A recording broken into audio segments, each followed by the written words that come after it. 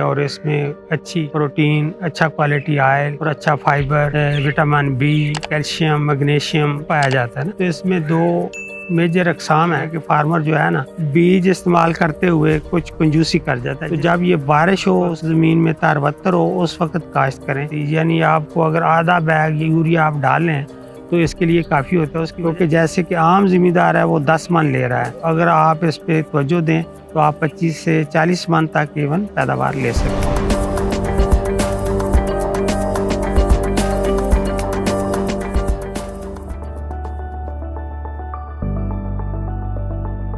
السلام علیکم۔ آج ہم مونگ پھلی کی کاشت کے بارے میں بات کرتے ہیں۔ تو مونگ پھلی ایک بڑی اہم تیلدار فصل ہے اور اس میں تقریباً 5% جو اس کے کرنل ہیں اس میں تیل ہوتا ہے، جو کہ کھانے کے کام آتا ہے۔ اور دوسرا اس کا استعمال ٹیبل پرپز کے لیے ہے، جو کہ ہمارے ملک میں عام طور پر زیادہ تر ہم جو مونگ پھلی اگاتے ہیں وہ ہم ٹیبل پرپز کے لیے استعمال کرتے ہیں۔ تو اس حوالے سے اس کی خاصی اہمیت ہے ایک ڈرائی فروٹ کے طور پہ، اور اس میں اچھی پروٹین، اچھا کوالٹی آئل اور اچھا فائبر، اس کے علاوہ اس میں وٹامن بی، کیلشیم، میگنیشیم پایا جاتا ہے نا، جو کہ باڈی کے لیے بہت فائدہ مند ہے۔ تو ذمہ داروں کے حوالے سے یہ ہے کہ یہ ایک نقد آور فصل ہے جو کہ مارچ اور اپریل میں عموماً لگائی جاتی ہے، اور اس وقت کیونکہ موسم بڑا اچھا ہے، بارشیں ہوئی ہیں اور برانی علاقے میں خاص طور پہ مائسچر کی جو ہے اویلیبلٹی بڑی بہتر ہے، تو امید ہے کہ ذمہ دار بھائی اس کو کاشتکار کے زیادہ سے زیادہ منافع کمائیں گے۔ تو جہاں تک اس کے کون کون سے علاقے یا کون کون سی زمین میں کاشت کی جا سکتی ہے، تو اس حوالے سے عرض یہ ہے کہ یہ جو مونگ پھلی کی فصل ہے یہ عمومی طور پہ ہلکی ریتلی زمین جو ہے اس میں لگائی جاتی ہے، یا ہلکی میرا میں لگائی جاتی ہے، اور جہاں پہ پانی جو ہے کھڑا نہ ہو، اور دوسرا تھوڑی سائل نرم ہو، تاکہ جو اس کے پھل بنتا ہے وہ پیگ کی شکل میں زمین میں جاتا ہے اور وہاں جا کے یہ پھلی بنتی ہے۔ اس حوالے سے یہ ہلکی ریتلی زمین اس کے لیے بہت مفید ہے۔ جہاں تک اس کی اقسام ہے تو اس میں دو میجر اقسام ہیں۔ ایک وہ ہے جو پھیلنے والی ہے، جو کہ ایک بیج آپ لگائیں تو وہ 3-4 فٹ آگے تک پھیل جاتی ہے، اور سپریڈنگ ٹائپ اس کو کہتے ہیں۔ دوسری اس کی بنچ ٹائپ ہے، جو کہ وہاں ہی ایک ہی جگہ پہ زیادہ بڑا بنچ بناتی ہے اور اچھی پیداوار دیتی ہے۔ تو یہ دو قسمیں، اور ہمارے یہاں عمومی طور پہ اب بینچ والی جو ہے وہ قسم لگائی جاتی ہے، اور کھانے والی لگائی جاتی ہے، تیل والی کم لگائی جاتی ہے۔ تو اس کے حوالے سے یہ ہے کہ جو آپ نے بیج ڈالنا ہے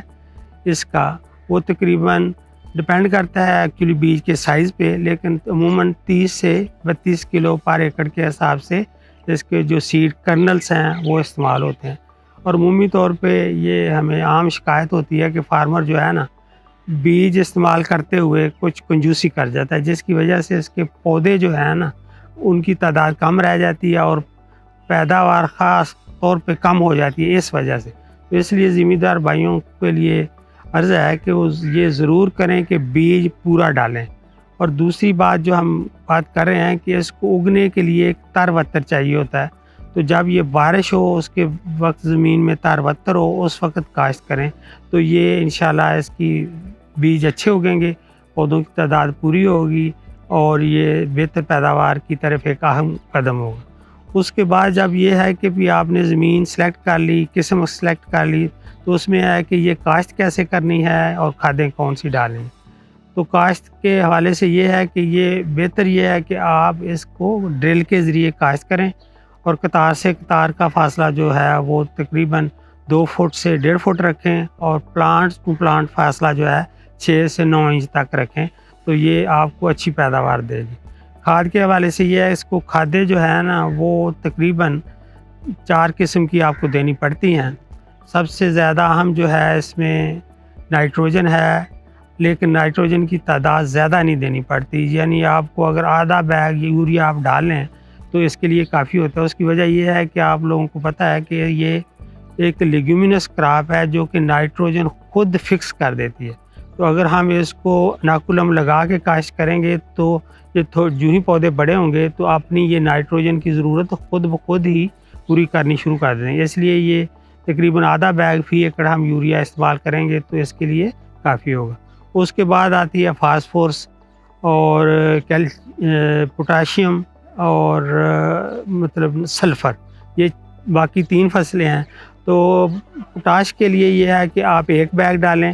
فی ایکڑ کے حساب سے، اسی طرح سلفر ہے وہ اگر آپ جپسیم ڈالیں گے 4 بیگ جو عموماً ڈالتے ہیں اور اس کی پرائس بھی کم ہے تو اس سے اس کی سلفر کی ضرورت پوری ہو جائے۔ تو اس کا مطلب ہے کہ آپ نے اس میں شروع میں فاسفورس ڈالنی ہے، پوٹاش ڈالنی ہے اور اس کے بعد نائٹروجن اور جپسیم ڈالنا ہے تاکہ اس کی پیداوار اچھی ہو سکے۔ اس کے علاوہ اگر آپ فارم یارڈ منیور استعمال کر لیں تو وہ سونے پہ سہاگا ہوگا، اس سے اور اس کی فرٹیلیٹی بیٹر ہو جائے گی اور اس طرح سے اس کی پیداوار میں یہ بھی ایک اہم اقدام ہوگا۔ تو جب یہ آپ کھاد ڈال لیں اس کے بعد جیسے میں نے بتایا اس کو ڈرل سے کاشت کریں، اس کے بعد پھر آتا ہے کہ اس کی جو ہی یہ جرمینیشن ہو جائے گی اور آپ کو پتہ ہے کہ پھر جون جولائی میں برسات شروع ہو جاتی ہے، اس کی جڑی بوٹیاں اگنا شروع ہو جاتی ہیں، تو اس کے لیے ضروری ہے کہ آپ اس کو پہلے ساتھ ساتھ ہی اگر گوڈی کرتے ہیں تو گوڈی کے ذریعے اس کی جڑی بوٹیاں تلف کر لیں تاکہ یہ آپ کو موسم برسات میں زیادہ جو ہے جڑی بوٹیاں اس کو تنگ نہ کریں۔ تو اس کے بعد یہ ہے کہ اس میں بیماریاں یا کیڑے کون سے آتے ہیں، تو بیماریوں کے کنٹرول کے لیے ہے کہ عموماً ہم کہتے ہیں کہ سیڈ کو ٹریٹ کر کے لگائیں، اس سے جو بیماریاں ہیں وہ شروع میں آنے والی وہ کم ہو جاتی ہیں۔ اس کے بعد اس میں عموماً تیلا، وائٹ فلائی